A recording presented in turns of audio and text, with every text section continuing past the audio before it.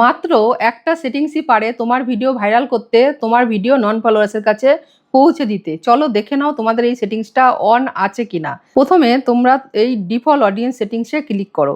Click করে এখানে দেখো এই সেটিংসটা কিন্তু সবসময় পাবলিক থাকবে।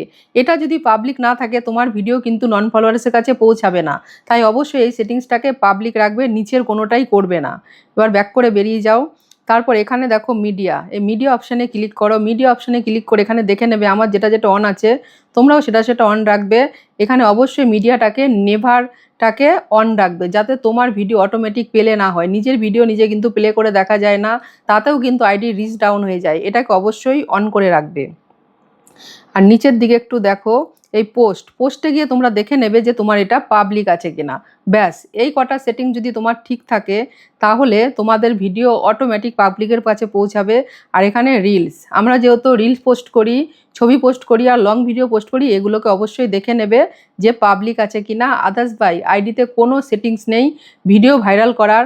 এইটুকুনি সেটিং যদি তোমরা করে রাখতে পারো, তোমাদের আইডির ভিডিও ফেসবুক নিজে থেকেই পাবলিকের কাছে পৌঁছাবে, নন ফলোয়ার্সের কাছে পৌঁছাবে, আর তোমাদের ভিডিও ভাইরাল হবে। তাই অবশ্যই তোমরা এই সেটিংস কটাকে চেক করে নেবে যে তোমাদের ঠিক আছে কিনা।